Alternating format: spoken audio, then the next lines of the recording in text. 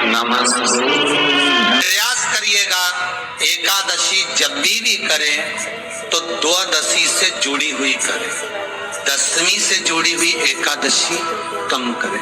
जो वैष्णवों की एकादशी कौन सी होती है? जो एकादशी द्वादशी से जुड़ी हो, दशमी से नहीं।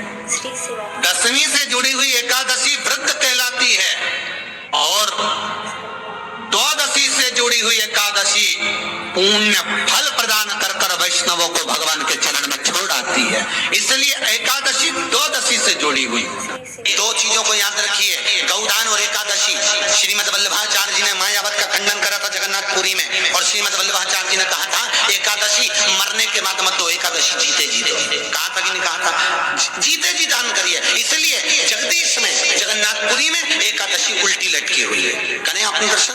जगदीश में एकादशी को उल्टा लटकाया। क्यों? क्योंकि वल्लभ ने कहा कि एकादशी जीते जी दो। कई पंडितों कहते हैं तुम्हारे दादाजी मर गए, जब 12वें का दिन होता है ना तो पंडित जी संकल्प छुड़ाते हैं, देव एकादशी। बड़े बेटे ने 5 दे दी, छोटी बहू ने 3 दे दी, उसने 2 दे दी, उसने 2 दे दी। तो क्या तुम्हारे दादाजी भिखारी थे जो तुम्हारी एकादशियां लेकर जाएंगे? और तुम कौन होते हो दादाजी को एकादशी देने वाले? तुमने कौन सा इतना पुण्य कर लिया जो तुमने एकादशी दे दी? एकादशी के दान की महत्वता श्रीमद् वल्लभाचार्य जी ने कहा कि कोई व्यक्ति अगर खटिया पर सड़ रहा है, पलंग पर तड़प रहा है, हॉस्पिटल में पड़ा हुआ है, तो निवेदन है कि उसको देखने जाओ तो अपनी करी हुई एकादशी में से 2 एकादशी का दान उसको तुरंत दे दो। क्यों? तो जिससे उसको मोक्ष मिल जाए। मरने के बाद नहीं, क्योंकि मरने के बाद तो वो 10वें के दिन, गरुड़ पुराण में लिखा 10 दिन तक जीवात्मा घर की अटारी पे रहती है। कितने दिन? 10 दिन।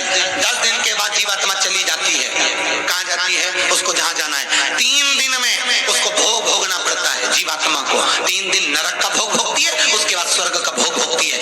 18 दिन में ये प्रोसेस पूरी हो जाती है। कितने दिन? 18 दिन। 18 दिन के बाद में उस जीवात्मा को धान के खेत में पटका जाता है। किसके खेत में? धान के, चावल के खेत में। इसलिए कहते हैं एकादशी के दिन चावल मत खाओ। कहते कि नहीं कहते?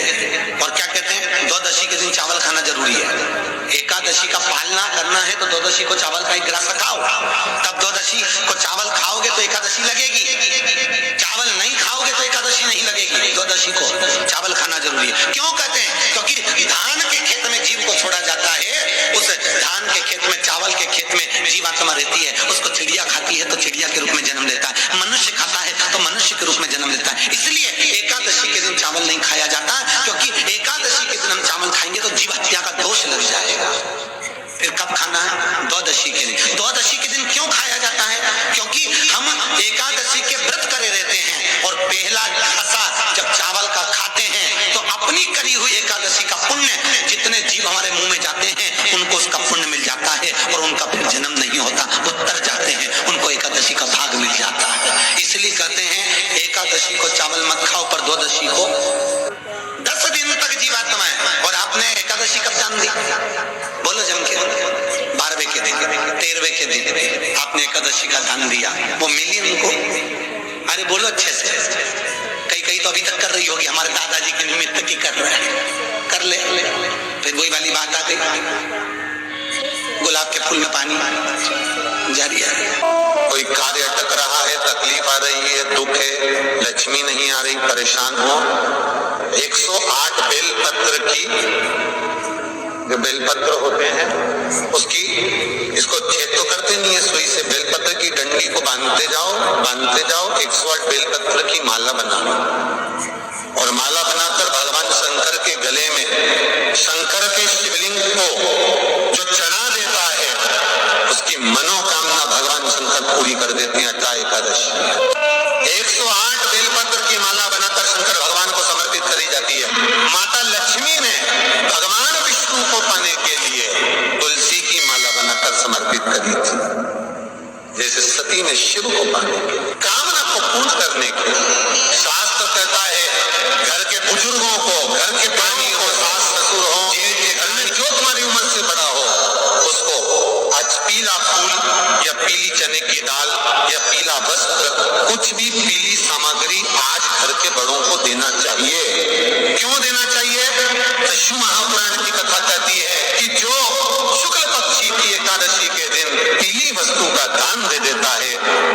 किसी ब्राह्मण को देने नहीं जाना, किसी मंदिर में देने नहीं जाना, आपके ही घर में, आपके ही घर के बड़ों को किसी भी पीली चीज का दान कर सकते हो। फूल हो, मिठाई हो, कोई अनाज हो, कोई वस्त्र हो, पीली वस्तु का दान दे। क्यों होगा? क्या होगा उससे?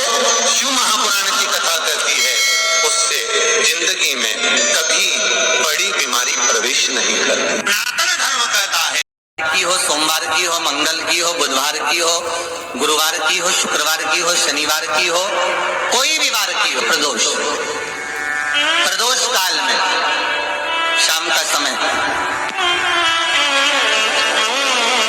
सूर्य डूब रहा हो, बस डूबा ही हो, और उस समय पर केवल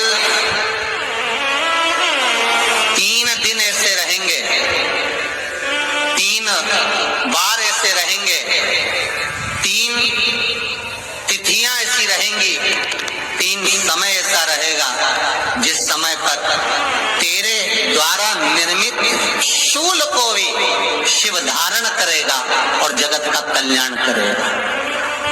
3 दिन, 3 तिथियां, 3 बार, 3 नक्षत्र, 3 घड़ी, 3 पल।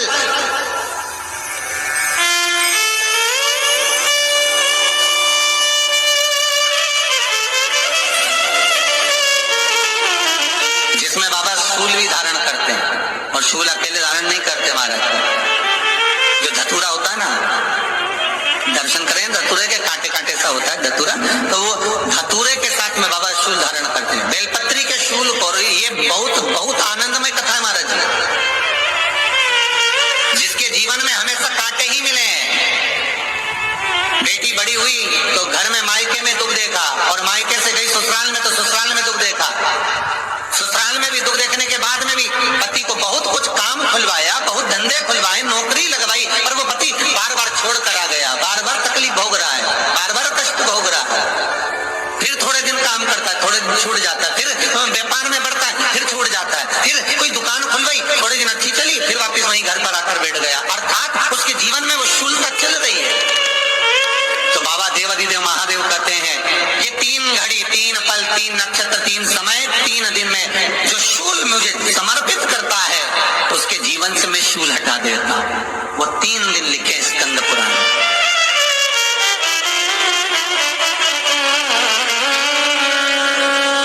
महाराज बैसाख महीने में जो प्रदोष आती है, बैसाख के महीने में बहुत ध्यान से सुनना भाई, जो अपनी जिंदगी से बहुत तंग आ गए हो, परेशान हो गए हो, कष्टमय जीवन जी रहे हो, बहुत दुखी हो गए हो, उनके लिए ये स्कंद पुराण का चरित्र फिर मिले ना मिले, आप प्रेम से सुनिए।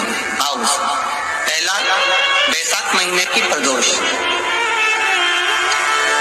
चाहे वो शनिचरी प्रदोष हो, चाहे रविवार की हो, सोमवार की हो, मंगल की हो, बुधवार की हो, गुरुवार की हो, शुक्रवार की हो, शनिवार की हो, कोई भी वार की हो, पर बैसाख महीने की प्रदोष, प्रदोष काल में शाम का समय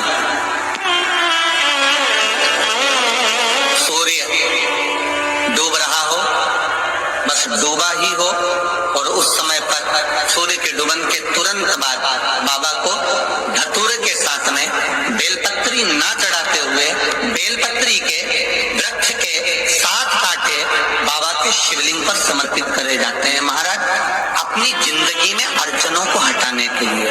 फिर आप जिस व्यापार में उतरे, जिस व्यवसाय में उतरे, जिस नौकरी में उतरे, आप दिल से करें, आपको तरक्की मिलेगी। आप हार नहीं सकते, नीचे नहीं आ सकते, उन्नति पर ही चढ़ेंगे।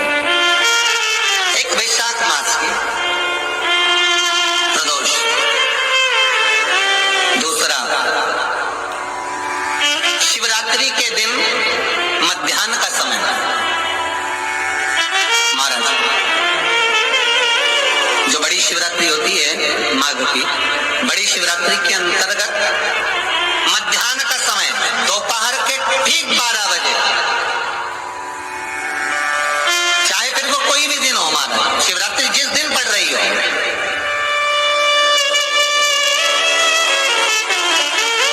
उस दिन भी धतूरे के साथ बाबा को 7 कांटे बेलपत्री के वृक्ष के समर्पित होते हैं महाराज। इसमें आप ये वाले जो कांटे हैं जो शिवरात्रि के दोपहर 12 व्यसन में डूबने वाला हो, कोई जुआ खेलने वाला हो, कोई गलत वेश्यावृत्ति करने वाला या अपने मार्ग से विचलित कोई व्यक्ति है, उसके लिए भी ये कांटे बहुत काम आते हैं। दूसरा, पार्वती तेरे द्वारा तेरे नयन अश्रु से जो प्रगटा हुआ बेल का वृक्ष है, द्वितीय शूल मैं वहां धारण करता हूं, तृतीय शूल, तीसरा शूल जो वर्णन करा गया महाराज। भगवान श्रावण के महीने में जो भी दूसरा सोमवार पड़े, जो भी पड़े श्रावण के महीने का दूसरा सोमवार, आप सबको पहले भी श्रावण के महीने में जो कथा कही उसका व्याख्यान वर्णन करा कि श्रावण का महीने का महत्व क्या है, वो भी आपको ऑनलाइन कथा में आप लोग सुन चुके हैं, लाइव कथा में श्रावण का पूरा महत्व बताया था कि श्रावण के महीने में शंकर भगवान को पूरा लेखा जोखा का भार प्रदान किया गया।